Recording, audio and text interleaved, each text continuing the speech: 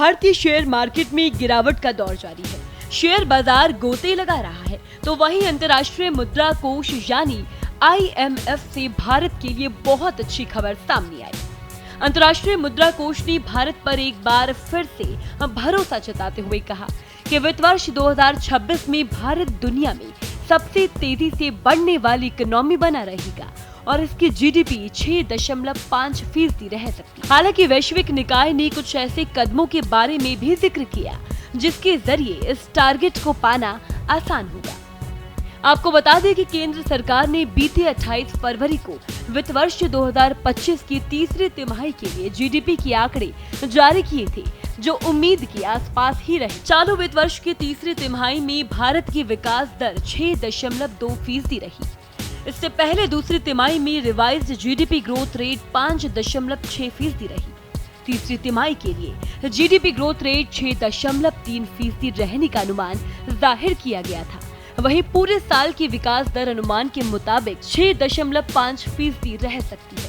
जहां सरकार ने शुक्रवार को जारी किए गए GDP ग्रोथ के आंकड़े राहत भरे बताए, तो वहीं IMF का अनुमान उत्साह पैदा करने वाला है। अंतर्राष्ट्रीय मुद्रा कोष के मुताबिक भारत 2025-26 में 6.5% की अनुमानित GDP ग्रोथ के साथ दुनिया की सबसे तेजी से बढ़ती अहम इकोनॉमी के रूप में अपनी स्थिति बनाए रखने के लिए तैयार है।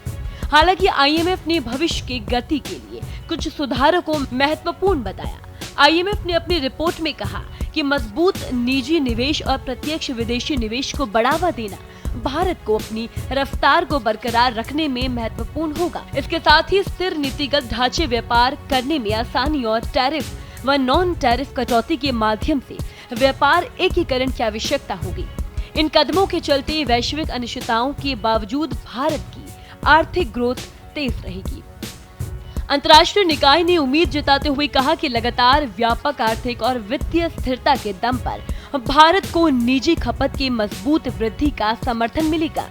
एक तरफ जहां IMF ने भारतीय अर्थव्यवस्था को लेकर राहत का अनुमान जताया, तो वहीं दूसरी ओर भारतीय स्टेट बैंक ने अपनी इको रैप रिपोर्ट में कहा है कि सरकार की बेहतर नीतियों और प्रत्यक्ष लाभ हस्तांतरण प्रणाली का फायदा उठाकर वित्तीय वर्ष 2024-25 में भारत के प्रति व्यक्ति GDP मौजूद कीमत पर 2,35,000 तक पहुंचने का अनुमान है।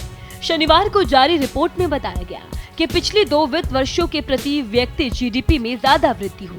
इसके साथ ही SBI ने वित्त वर्ष 25 के लिए भारत GDP वृद्धि पर अनुमान का भी संशोधित कर 6.5% कर दिया, जो पहले 6.4% था। इस वीडियो में फिलहाल इतना ही। देश और दुनिया की ताजा तरीन खबरों के लिए देखते रहें भारत एक्सप्रेस डिजिटल। नमस्कार।